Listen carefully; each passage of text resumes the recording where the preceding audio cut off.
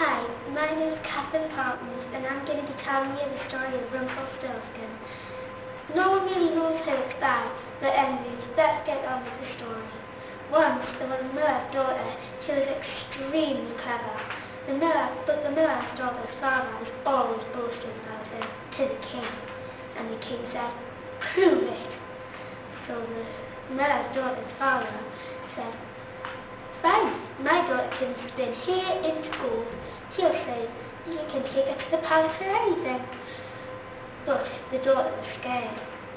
So the king said, "Fine, I'll take your daughter to the palace, lock her in a room with a big pile of hay, and then we'll see who's the real one, who's the real clever one." So the king got hold of the miller's daughter and locked her into a big cupboard with a huge pile of hay. But the miller's daughter was sad, so she started crying. And then but from a distance, she could see a blue ladybird. That's not bad.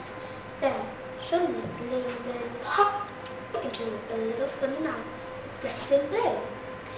"Don't you worry, I'll help you spin this hay into gold for your bracelet." That bracelet was the only thing the miller's daughter had to remember right from her mother. And she said, "Fine, if I must do it for my life."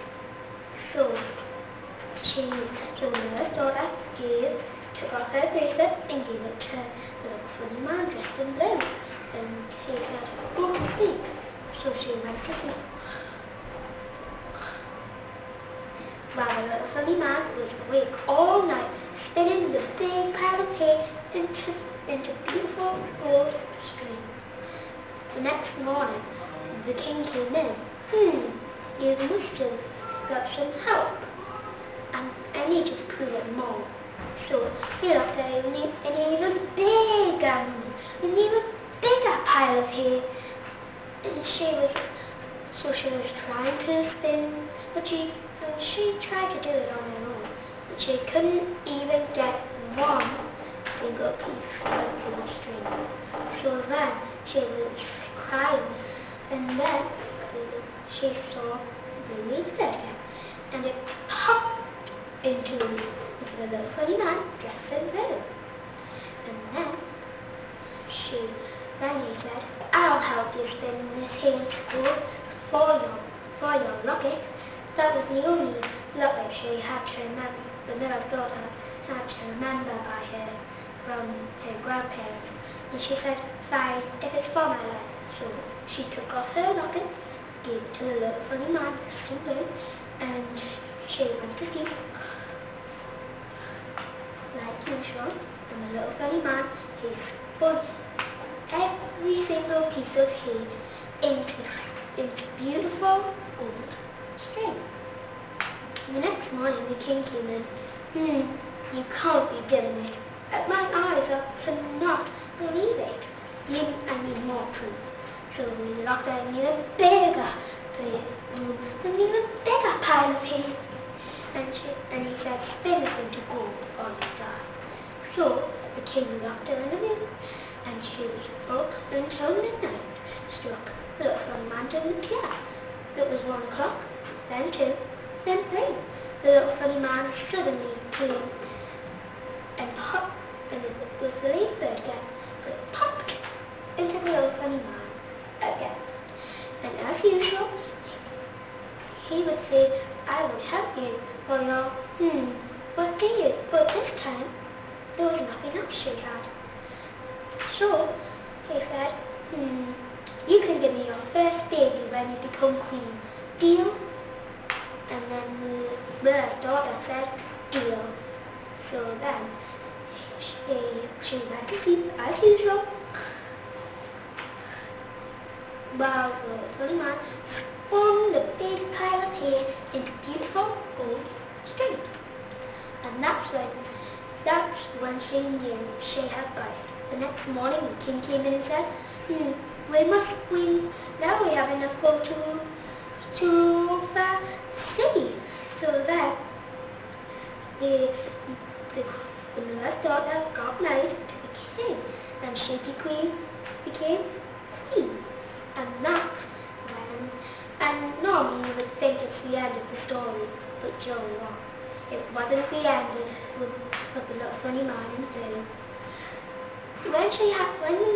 When the queen had her first baby, she named it Samuel, and that's when she forgot all about the deal with the little funny man dressed in blue.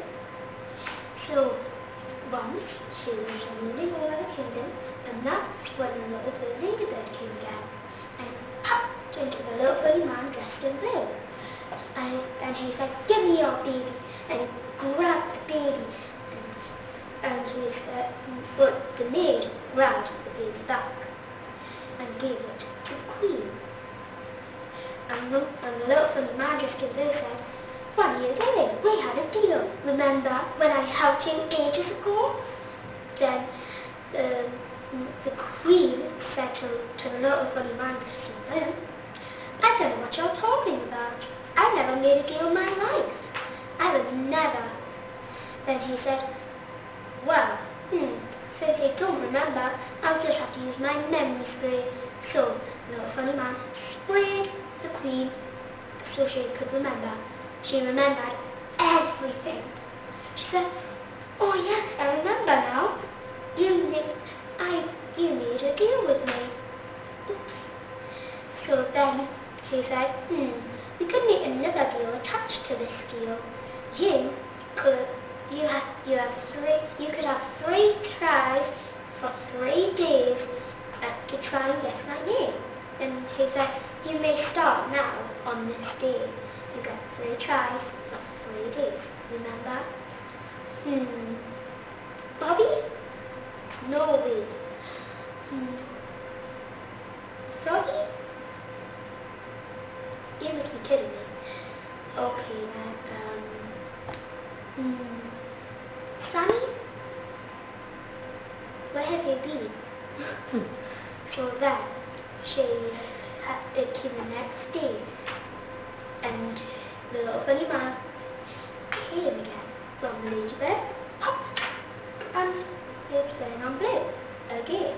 Why wouldn't they? So then he said, "Try and guess my name." Snuggy. Why would I be called Snuggy?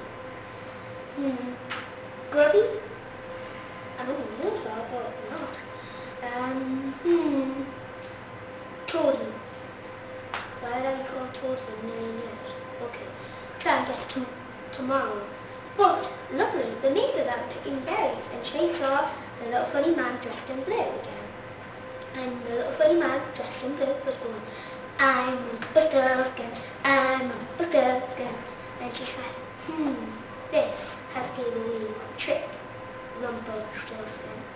So she ran back to the palace. Queen, I know, Your Majesty, I know what the little funny man's name is. It's Rumplestilskin. You can guess it tomorrow on our last go. It will make him all surprised. Get him by surprise. That's what I like. Then the queen said, "Thank you, maid. You may go now." So the maid went off, and she had all her berries in a basket and made it into a big, nice piece of pie. The next day came, but the maid was trying to distract the little funny man dressed in blue. "Yeah, do you want a slice of pie?" she said. "No, thank you, and you have to see the queen." So he pushed the maid out of the way and walked up into the big queen. She was taller than usual. And he said, the little funny man dressed in blue, a.k.a. said, "Look, here's your last gold. Now try. Your name is